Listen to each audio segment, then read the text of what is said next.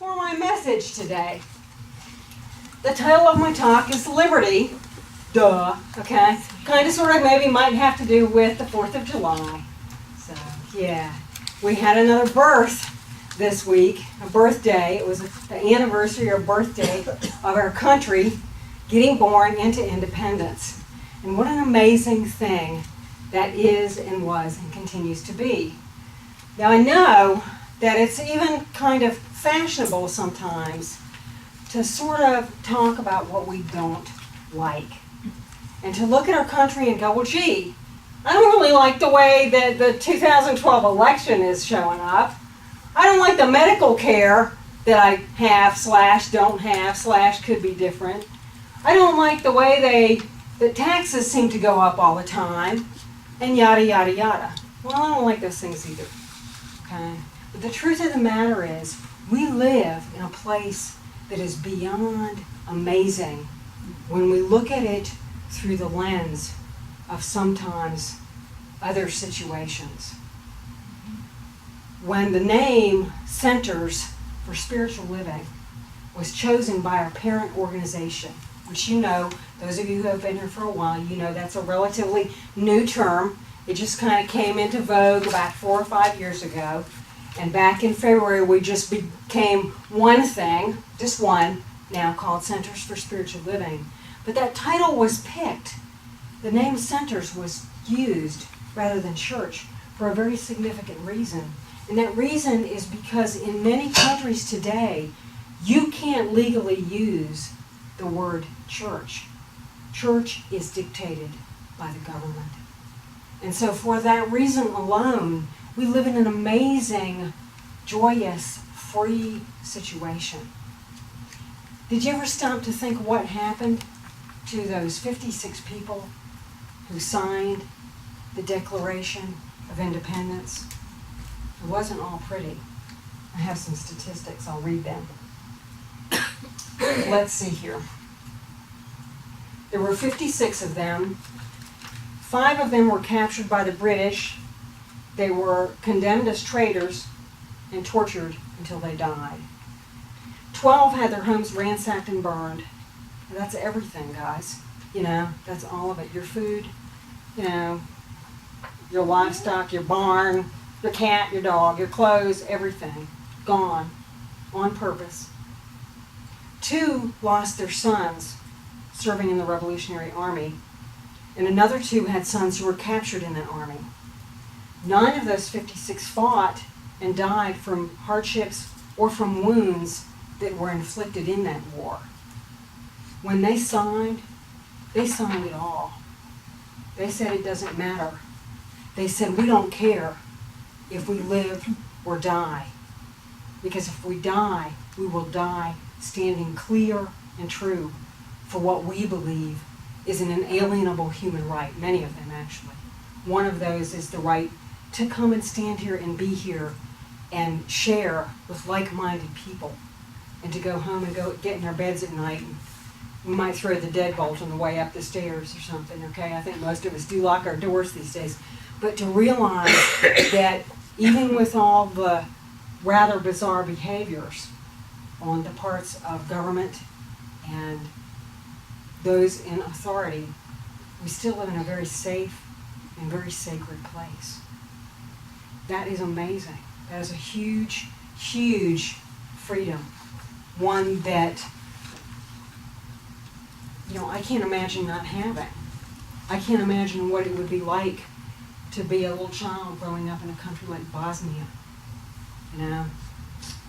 Yeah. Or to be, you know, native to the Amazon jungles and see that area being stripped and flattened and gone from the planet. I can't imagine what that would be like. So we really have a tremendous level of freedom.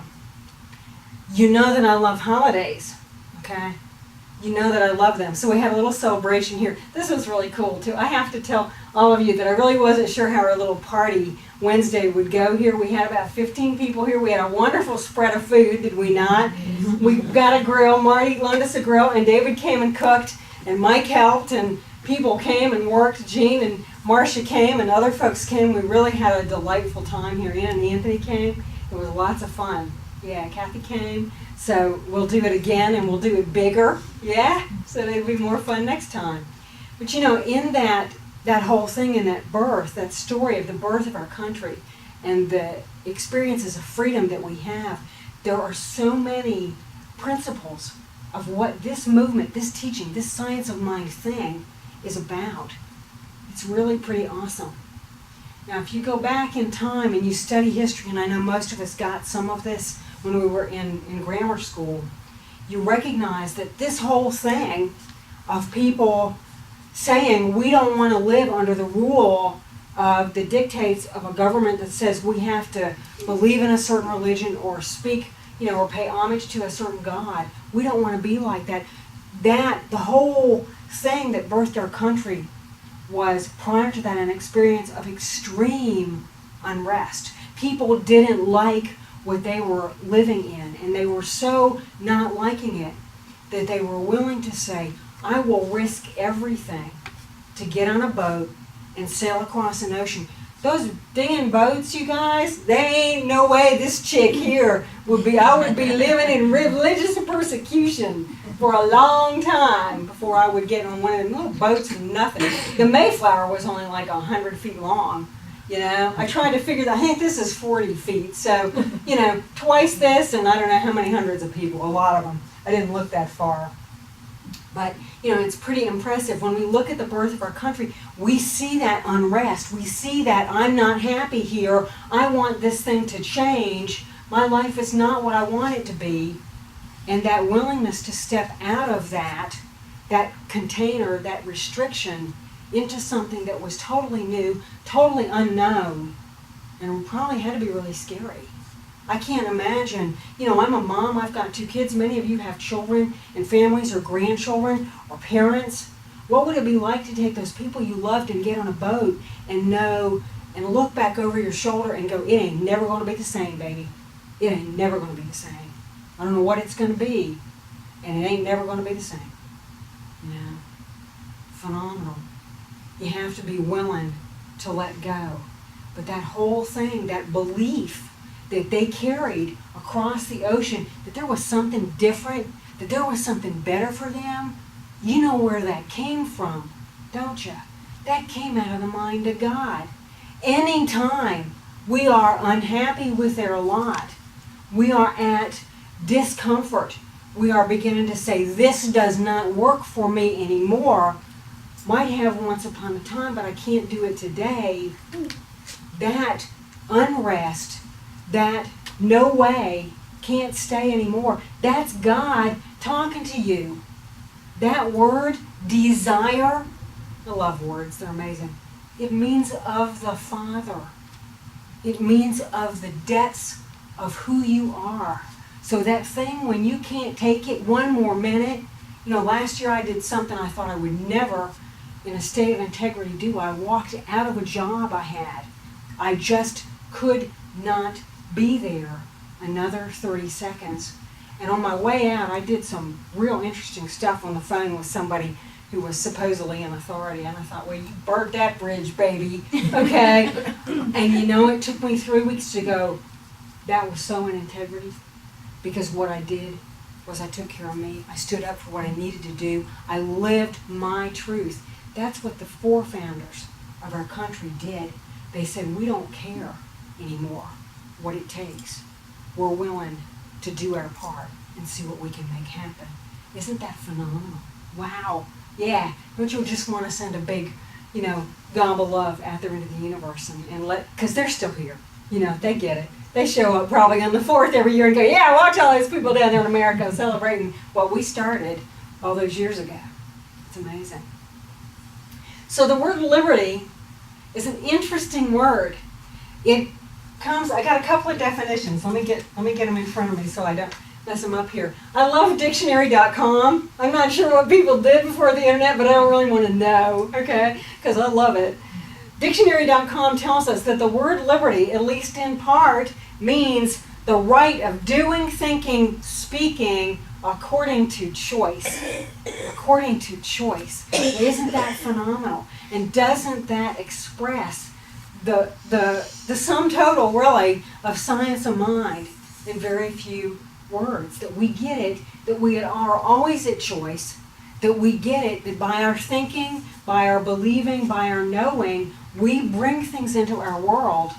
We change them for the good or not. And good, you remember last week, Ellen Hoffman told us good means what? It means ripe. It means ready. Okay, the fruit is ready to be picked. That's what that means. So liberty, right of thinking, doing, thinking, speaking according to your choice. And here's a little another piece about that. Liberty comes from the Latin word liber, meaning to pour.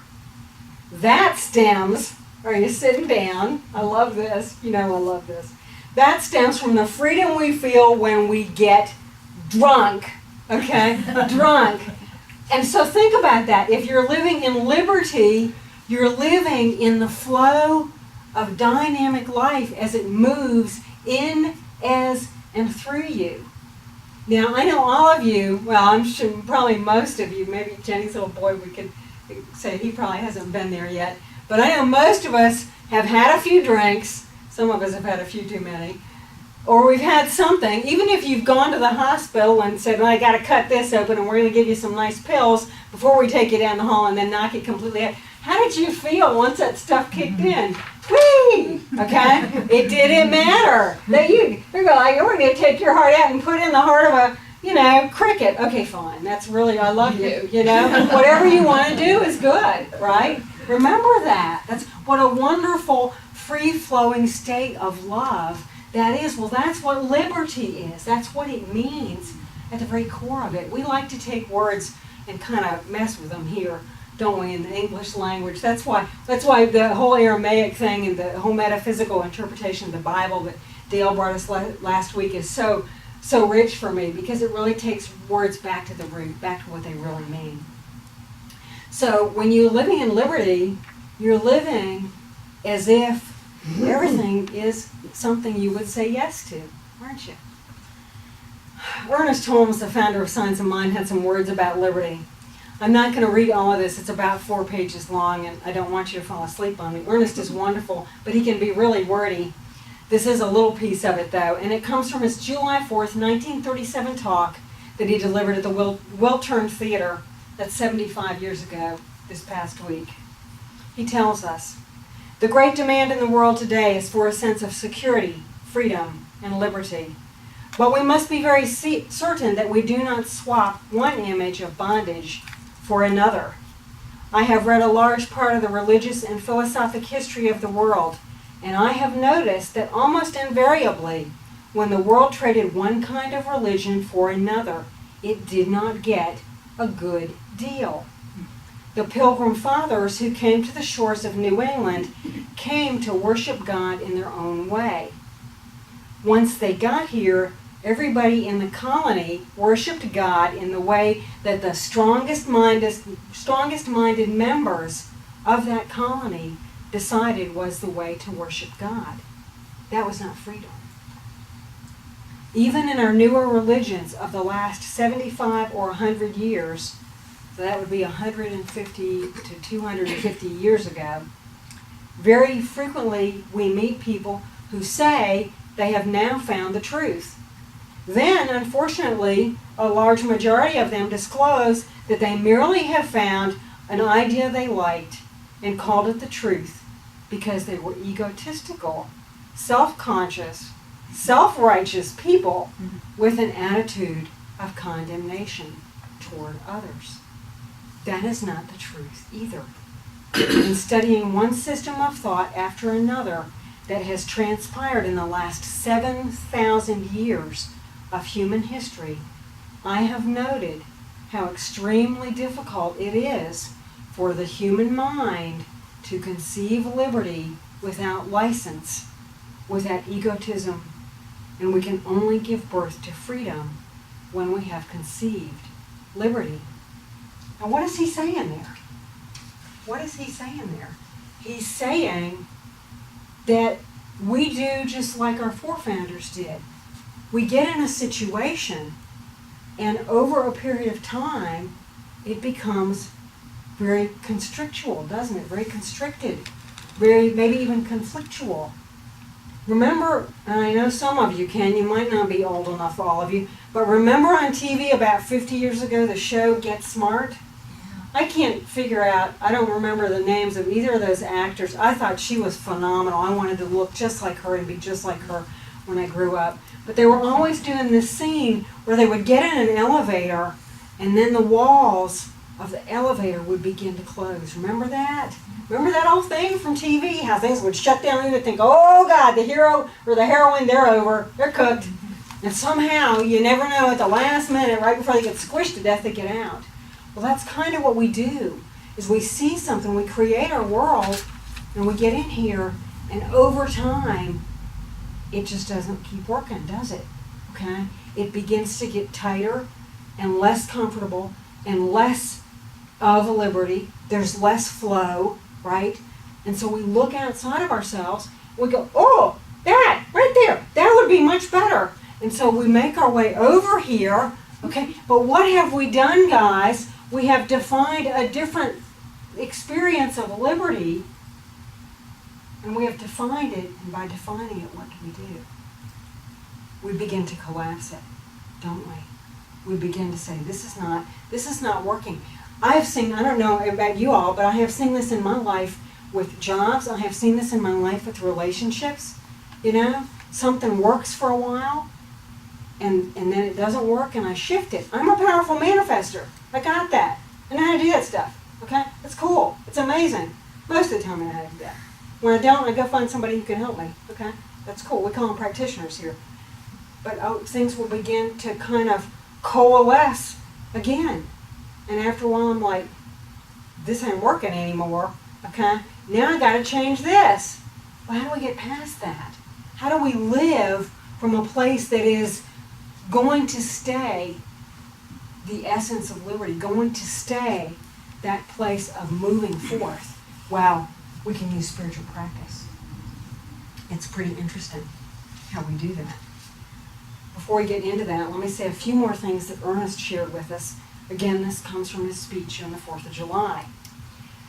And this first part is amazing. He says, true freedom, true liberty has something cosmic behind it. And it really does, doesn't it? When you feel, what does that fullness and that truth of being completely free feel like? It's got a real cosmic energy to it. If the time has come that modern science has proved that we cannot move a piece of paper without changing the balance of the entire physical universe, if we have come to the place where we know that the very stuff of which our physical bodies are made is the same stuff that the planets are made of, if we have come to the place where such a profound unity is maintained that physicists, the scientific geniuses of our world, know that there is no such thing as disunity in the physical world, meaning there's no such thing as a separate object here, and another separate object here, and another separate object down there with Marty's foot, okay? It's all one presence unfolding. The form looks different, but the nature of it is the same, right? If we get that, then we can easily see what the great spiritual leaders of the ages meant when they told us of a greater unity in which we all live and move and have our being, and that the idea of freedom itself is tied up with the true concept of the unity of good. If our nature is one, if God is one, and we know that God must be one, for the universe can't be divided against itself, can it? No. How can you have a universe divided against itself? Then we are all tied back into that one indivisible thing, that one unity. We shall have to get back to this unity to find the meaning of freedom. Nothing in any part of this cosmic whole could be considered freedom that would destroy the liberty of some other part of it. That's funny. I remember reading an Abraham quote a couple of years ago. He used to get there emails every day. And they sent out a quote that was about world peace. And it was interesting because Abraham kind of pointed the finger at every one of us. We all walk around saying, you want world peace, but you don't understand that within the form of world peace means people get to live the way they desire to live. You don't want peace, you want uniformity.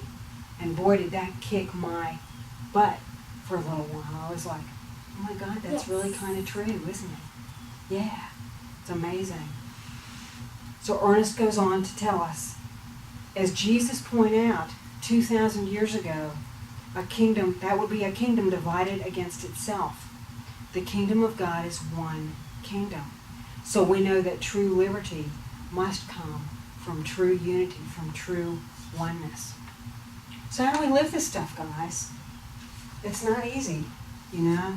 It's not easy when you realize, oh, this is my new place. This is where I want to be. This is what I want in my world. Only to recognize that, nothing stands permanent, okay? That it all will collapse and fall away, and that in that collapsing and falling away, it's creating more liberty, isn't it? It's pretty weird. Do you get what I'm saying here? Yeah. That's pretty phenomenal. Well, we get it that we have to keep the doors open, and really those doors are in our mind.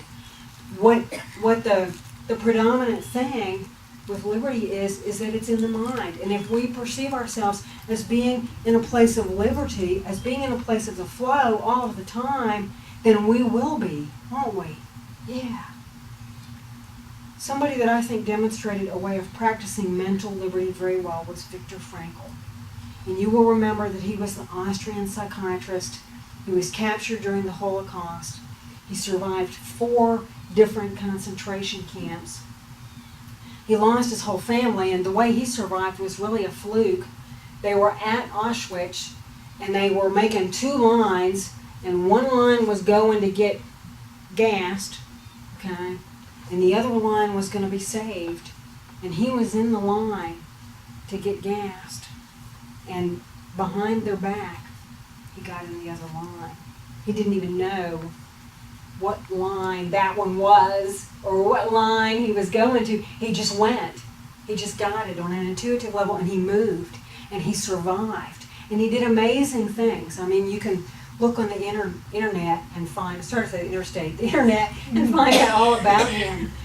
He created a thing called logotherapy that really at its heart is very science of mind, because it's about recognizing that we know, on some level, that we know what we need to do, that we know who we are, that we get it, that we are powerful and divine and perfect in nature.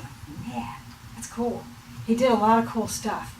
He lived an amazing experience while he was a prisoner of war. And if you read his book, Man's Search for Meaning, I won't tell you all about it because it's an amazingly rich book that I think every human being should read. But he points to a couple of things, a couple of ways that he lived. He managed to stay sane, and not only stay sane, but to live from a place of being okay with his immediate surroundings while he was imprisoned. One of the things that he did, he lost his wife, he lost his parents, he lost some other family members, but he didn't know for a long time if they were dead or alive. And so he would go off in his mind when the reality there in the concentration camp got too stinky to bear. He would go off in his mind, and he would begin to visualize his love for his wife. And he would see her face, and he would just feel this amazing rush of love that he had for her. And so he would visualize perfection in that experience. Visualization is amazing. Here's what Ernest Holmes tells us as a spiritual practice. Visualization is a creative art that is never bothered by, get this, any condition at all.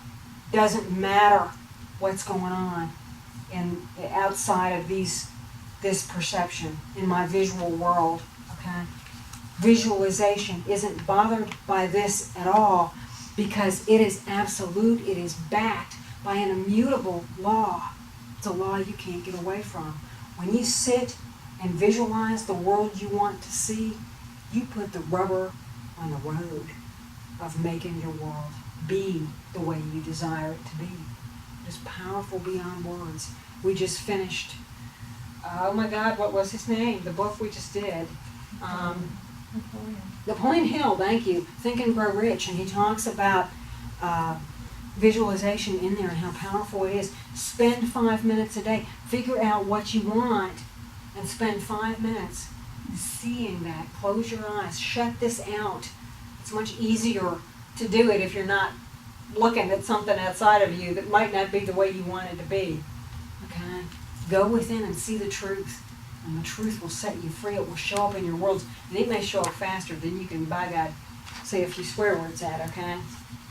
Viktor Frankl didn't understand what he was doing, I don't think. I know he was a psychiatrist, and I get it, that he probably knew that by stepping off into his own little mental world, he was saving himself, okay, from just flipping completely out and never coming back, okay, from being completely insane at the experience that, you know, that he was seeing being forth in his world. But he saved his life in the process. He invoked an immutable law that moved him, maybe not with the wife, but back into a place of love eventually, and a place of being able to give from that place of love. He gave a tremendous amount to this world after he was released from prison. He also did something else. He practiced gratitude. And he wasn't alone in that. You know, those people that were imprisoned really had very little. They didn't have water, they didn't have food, they didn't have clothing. They had each other. And they had the capacity in their mind to not succumb to the drama. And they also had the opportunity to look around them and find the beauty. I remember years ago listening to a Carolyn Mace tape, and she's talking about a guy who was imprisoned, and the stuff they fed him was this dirty water that had a fish head in it. Now, I've looked a few dead fish in the eye. They don't look too pretty. I ain't wanting to put one damn up on my wall, okay? But the point that the soldier made was the beauty in the iridescence of the fish scales and how gorgeous that was. Viktor Frankl and his comrades found it. Here's a piece. This comes from Man's Search for Meaning, his book. He says, if someone had seen our faces on the journey from Auschwitz to a Bavarian camp, as we beheld the mountains of Salzburg, with their summits glowing in the sunset, through the little barred windows of the prison carriage, that person would never have believed that those were the faces of men who had given up all hope of life and all hope of liberty. Despite that factor, or maybe because of it, we were carried away by nature's beauty, which we had missed for so very long. They looked out of those prison bars and they saw God in the form of the sun setting over those beloved mountains. They saw God when they looked at somebody who had wounds and they, like Mother Teresa, picked the filth and the stuff from those wounds and wrapped them up and loved them. What kind of spiritual practice is that? I don't want to have those experiences, and that's what I want. I want to live it at that level anytime I'm called to live it. Eric Butterworth wrote an amazing book. Some of you know about Eric. Years ago we did a book study, Ann and Anthony were there, on a book that Eric wrote, Carol was there, called Spiritual Economics. Oh, yeah. You want to spiritualize your money in your pocketbook? Woohoo! Okay, we did. We're doing it. We're going to do it again too. Not the same book, but we'll have a prosperity class here later this year. But Eric wrote that book, Spiritual Economics, and he talks a lot in that book about gratitude. And here's what he says about it that is so phenomenal. He says gratitude is causal. Now that's instrumental, guys. Hear that. It's causal. Remember that we are always at play with this thing, okay, that's the law of cause and effect. So if you are in gratitude, what are you doing? You are causally moving life forth and creating it. Whereas if you're in effect, remember a few minutes ago over here, I was all bunched up, okay, and constricted. And then over here, I was all free floating. If we're in effect, we're open. But what's beginning to happen? Literally by the nature of effect, it's beginning to close up again, isn't it? So we're going to have to move on. This is the nature of the universe, to create and create and create and create. And you are part of that divine creating. You are part of that being, and that's a verb, not a noun, being from moment to moment to moment to moment.